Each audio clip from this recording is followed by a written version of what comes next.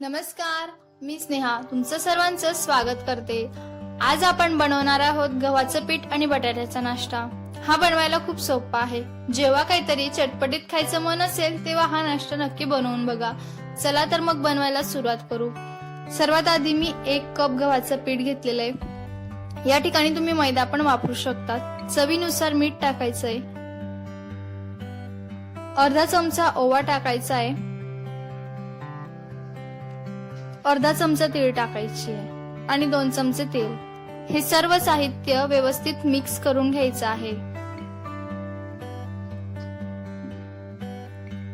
त्यानंतर यामध्ये थोडं थोडं करत पाणी टाकायचं आहे आणि याचं घट्ट पीठ मळून घ्यायचं आहे। पीठ मळल्यानंतर ते सेट होण्यासाठी ठेवून द्यायचं। आता आपण स्टफिंग तयार करून घेऊ। त्यासाठी मी 2 चमचे तेल घातलंय। तेल छान गरम होऊ द्यायचंय। त्यानंतर त्यामध्ये अर्धा चमचा जिरं घालायचंय। जिरं छान तळतळल्यानंतर त्यामध्ये 1 कांदा बारीक कट करून घेतलेला आहे तो घालायचा आहे। त्याच सोबत 1 हिरवी मिरची कट करून घेतली ती घालायची आहे। कांदा आणि मिरची छान परतून घ्यायची आहेत। त्यानंतर मी 4 बटाटे उकळून घेतलेले होते आणि त्यांना किसून घेतलेले आहेत ते घालायचे आहेत। बटाटे छान परतून घ्यायचे आहेत।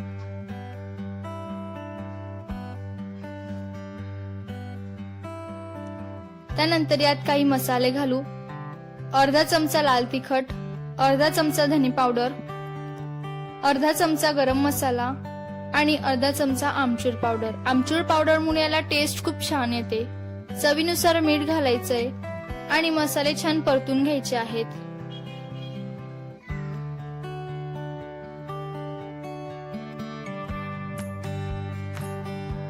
मसाले छान परतले गेले त्यानंतर यामध्ये थोडीशी कोथिंबीर घालायची आहे आणि मिक्स करून घ्यायचं आहे। इथे आपले स्टफिंग जे आहे ते रेडी आहे। त्याला थंड होण्यासाठी ठेवून द्यायचं आहे।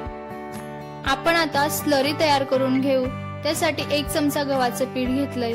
यामध्ये थोडं थोडं करत पाणी घालायचं आहे आणि याची स्लरी तयार करून घ्यायची आहे।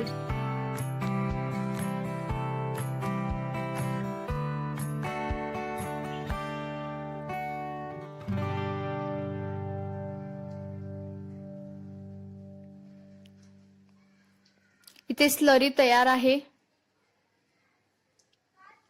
जे पीठ आपण मळून घेतलेलं होतं ते घ्यायचंय आणि अगदी 2 मिनिटांसाठी याला परत मळून घ्यायचं आहे। सेम आकाराचे याचे गोळे तयार करून घ्यायचे आहेत।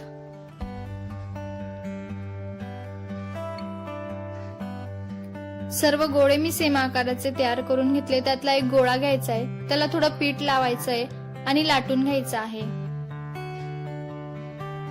आपण जशी पुरी लाटून घेतो सेम तसंच लाटून घ्यायचं आहे। जास्त जाड नाही आणि जास्त पातळ नाही लाटायचा। सुरीच्या किंवा कटरच्या साहाय्याने याला आजूबाजूने कट करून घ्यायचं आहे।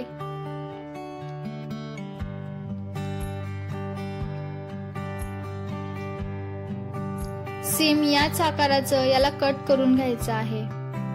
कट केल्यानंतर यामध्ये जी स्टफिंग आपण तयार करून घेतलेली होती ती टाकायची आहे।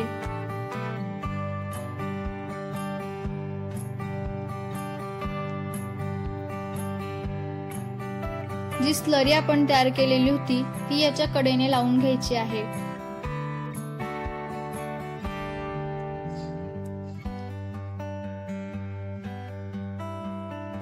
याला फोल्ड करायचं आहे आणि साइडने प्रेस करून घ्यायचं आहे।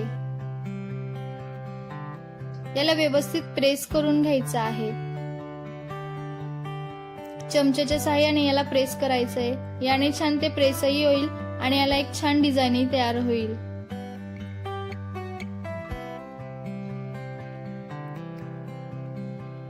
सेम याच पद्धतीने मी सर्व तयार करून घेणार आहे। सर्व तयार झाल्यानंतर आता याला तळून घ्यायचं आहे। त्यासाठी तेल गरम करून घ्यायचं आहे आणि हे तेलात टाकायचं आहे। लक्षात ठेवा, तेल गरम झाल्यानंतर गॅसची फ्लेम मीडियम करायची आहे आणि मीडियम फ्लेमवरच आपल्याला हे तळून घ्यायचं आहे। याला सतत उलटत राहायचं आहे आणि मीडियम फ्लेमवर कुरकुरीत होईपर्यंत हे तळून घ्यायचे आहेत।